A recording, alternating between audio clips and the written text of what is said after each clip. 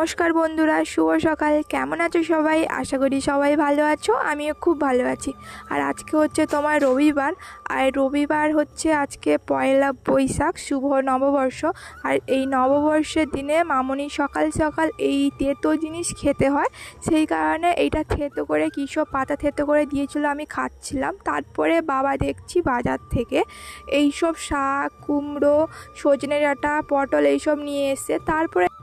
তারপরে এইসব জিনিস রেখে দিয়ে বাবা কিন্তু পুকুরে নেমে গেছে। দেখো এখনও সূর্যটাই ঠিকঠাক করে ওঠেনি।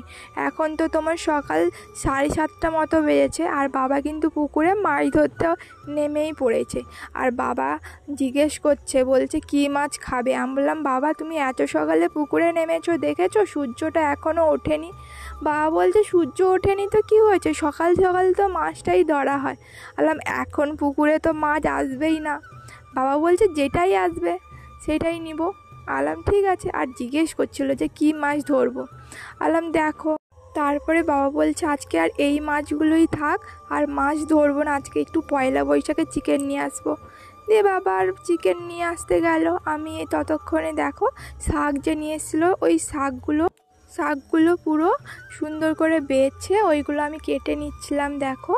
আর আমার কিন্তু কাটা হয়ে গেছিলো। তারপরে কিন্তু আমি ওইটা ধুয়ে রেখে দিয়ে ওইটা কড়াইতে বসিয়ে দিয়েছিলাম শাকটা। আর সেদ্ধ করে না, আমার সকালবেলা একটু গরম জল খেতে ইচ্ছে হচ্ছিলো, মানে সকালে আর কিছুই শরবত বলো কিছুই খাওয়া হয়েছিল না, দিয়ে একটু গরম জল করে খাচ্ছিলাম আমি।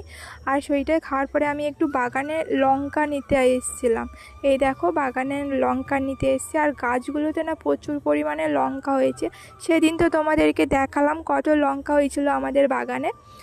2 দিন আগে তোলার পরেও দেখো গাছে কত লঙ্কা আরও দেখেছো। আমি তো কটা মতো তুলেছি, তারপরে দাঁড়াও তোমাদেরকে দেখাচ্ছি গাছের কত আরও লঙ্কা হয়েছে। এই যে গাছগুলো দেখছো, এইগুলো দেখো কত লঙ্কা ধরেছে। আরও ওই দিকে তো আরও বেশি হয়েছে, এই দেখো ভর্তি হয়েছে। আর তো কত সুন্দর করে ফুল এসেছিলো।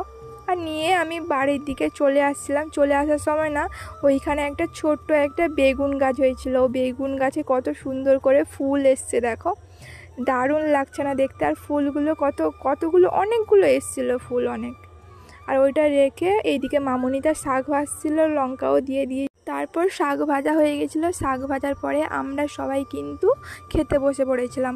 আর বাবা সকালবেলা যে গেছিলো বাজারে চিকেন নিয়ে এসেছিলো, ওইটা কিন্তু আমি ভালো করে ধুয়ে ওইটা কিন্তু নুন আর হলুদ, লঙ্কা আর পেঁয়াজ সমস্ত কিছু দিয়ে সুন্দর করে মাখিয়ে নিচ্ছিলাম দেখো।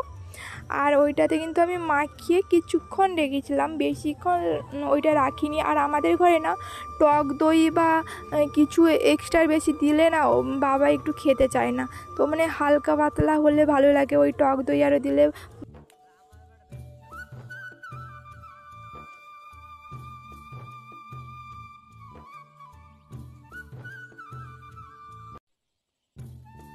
ওই ম্যারিনেট করার সময় ওই সিম্পল যেই সব হয়, একটু সর্ষের তেল, পেঁয়াজ এইসব দিয়ে একটু ভালো করে সুন্দর মাখিয়ে ওইটা করে ফ্রিজে রেখে দিয়েছিলাম কিছুক্ষণের জন্য। আর এইদিকে কিন্তু মামনি রান্নার জন্য দুপুরের যে রান্না হবে সমস্ত কিছু কেটে রেখেছিল, আর সেইটা কিন্তু আমি বসিয়ে দিয়েছি দেখো রান্না।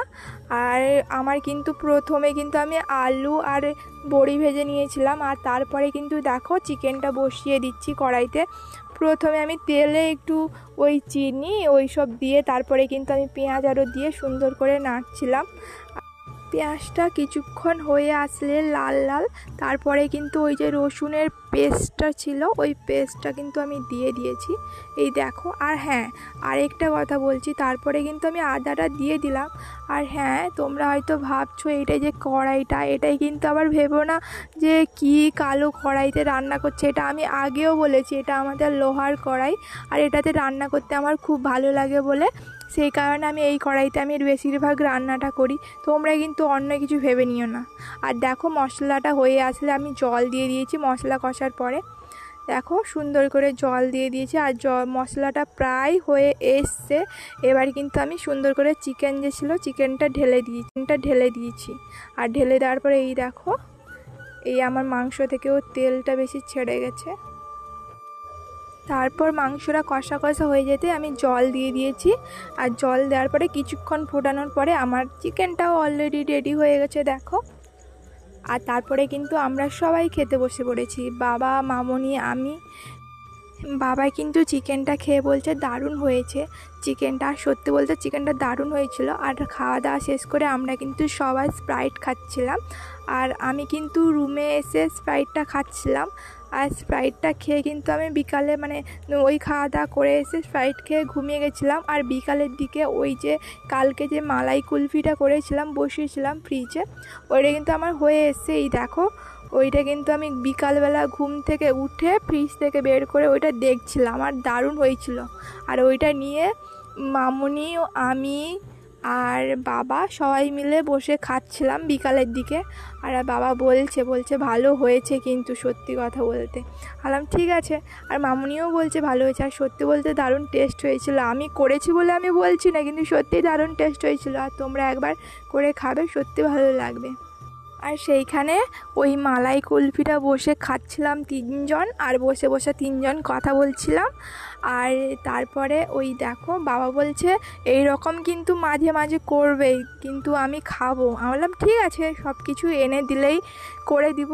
আর সেই রকম তো বেশি কিছু লাগে না, তো এনে দিবে, আমি করে দিব। দিয়ে বাবা হাসছিল। বললাম ঠিক আছে। তো আমি কিন্তু এইখানে ভিডিওটা শেষ করছি।